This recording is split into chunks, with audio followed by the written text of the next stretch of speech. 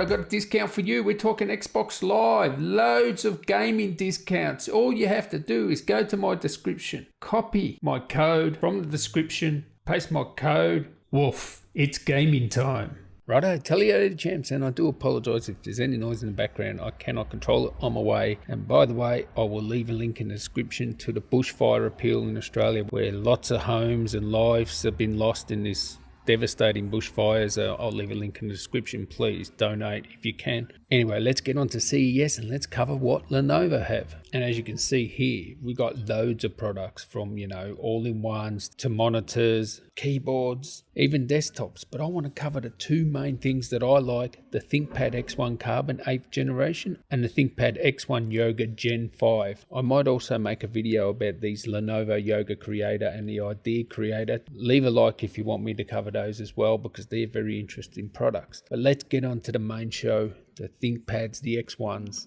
And there's two new ones. When are they going to come out? Well, it just says later in 2020, so it's very nebulous. I assume soon. But let's start with the X1 Carbon. Now, when it comes to these X1 products, the ThinkPads, I consider them like white goods. And what I mean by that, it's like, buying a fridge. You buy them, they work every day, no problems, and they're going to last for years. And that's what it is with these ThinkPads. They might not be the sexiest thing around, although I do think they're a bit kitsch. I like them. I'm a bit of a geek and I've got a soft spot for these. They're just built well, they're light, they're robust, they can take a pounding, and if you just want a laptop that's going to last forever, get one of these. You're backed up by Lenovo support, and you can get parts for ThinkPads that are many years old. So you can't go wrong with ThinkPad. No one ever gets sacked for buying a ThinkPad. Now, the two best ThinkPads in my opinion are the X1 Carbon, and this is the 8th generation, and the Yoga, which I'll get onto in a sec. So these are the new versions of them. They come out with the 10th generation CPUs. They look pretty much the same as the older versions, and they are just refreshed. They're just sort of, updating them and just refining them and perfecting them even more than they are, even though they don't need perfecting. Now, they are Project Athena certified, so that means they've been certified by Intel, that they,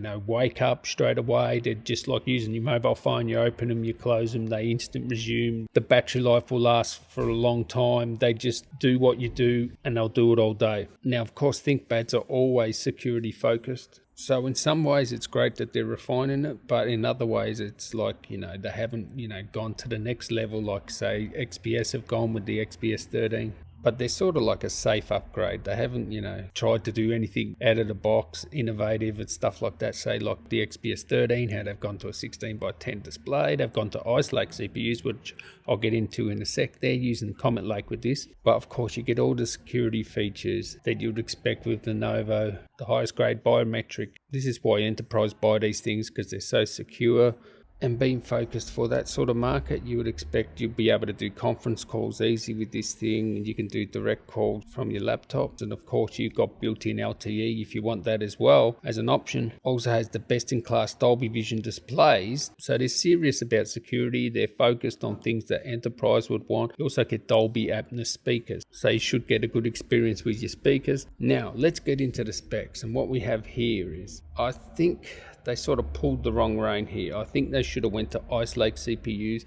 They are 10th generation CPUs. They're using the Comet Lake, which are the 14 nanometer ones, the 15 watt parts. You can get up to 6 cores. Of course, you can get V Pro because, this is for professional sort of enterprise stuff. We don't have to worry about V Pro. It's nothing we need. But 10th generation CPUs, they're using the weak Intel graphics. So the UHD 620 graphics. Now, most of the people that use these, they probably won't need the graphics, but I would prefer Ice Lake CPU with the Iris Plus graphics. So I just think that's a better choice. But I do agree that most business people probably don't need that. You get a HD IR camera, and you can slide over the shutter there, so you can cover that webcam. You don't have to put tape on it. One of the things about being on Comet Lake is you have to use DDR3, and you have a 16 gigabyte ceiling. With the Ice Lake, you can go up to 32 gigs, and you can use DDR4. So that's one thing. 18.5 hours battery. They've always got good battery life. That would be the full HD model. Expect, less if you get the 4K or one of the higher resolution displays. And you can see here you get a 65 watt power adapter. If you were using Ice Lake, you could probably go down to 45 watt. Now, there's quite a few displays displays here, okay?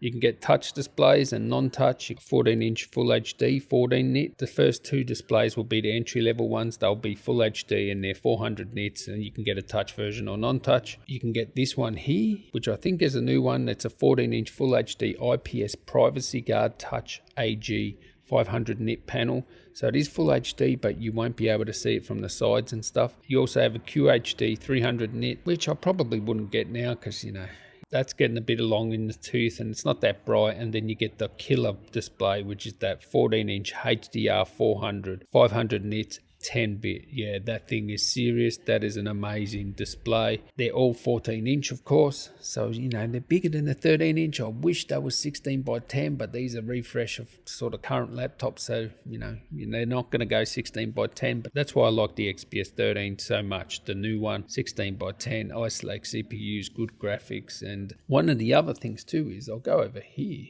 you get two Thunderbolt 3s, right? But because this is using Comet Lake CPUs, the 14 nanometer, the Thunderbolt is not built into the chipset. It is a discrete sort of chip. That means both these Thunderbolts are on the same side. That means you can only charge from one side. Whereas the XPS 13, because it uses Ice Lake CPU, they can put the Thunderbolt on either side. They don't need a discrete chip, and that's why you have to have them on one side. With Comet Lake CPUs is because if you need a Thunderbolt 3 chip, you can only put the Thunderbolts on the side of the chip. Now the MacBook Pros have two, so they have one on each side. And of course, being a ThinkPad, you do get an LTE option. So you get great connectivity with these things. They're just super reliable. You know what you get in here, you know. Very thin and light, isn't it? 1.09 kilos or 2.4 pounds. That is super thin and light with all-day battery life. Reliable. Just that great laptops.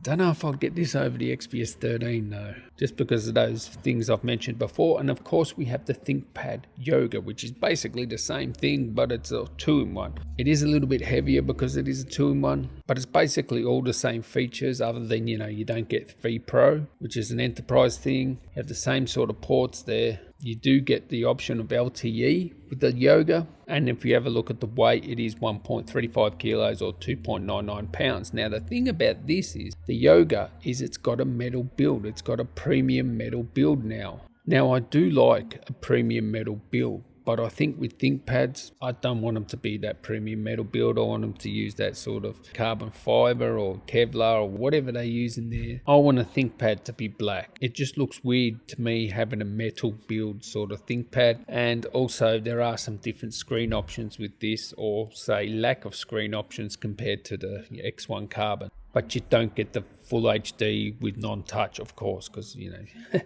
it's got to be touch to be a 2-in-1 or a Yoga, doesn't it? That's it. They are the two laptops I wanted to cover from Lenovo.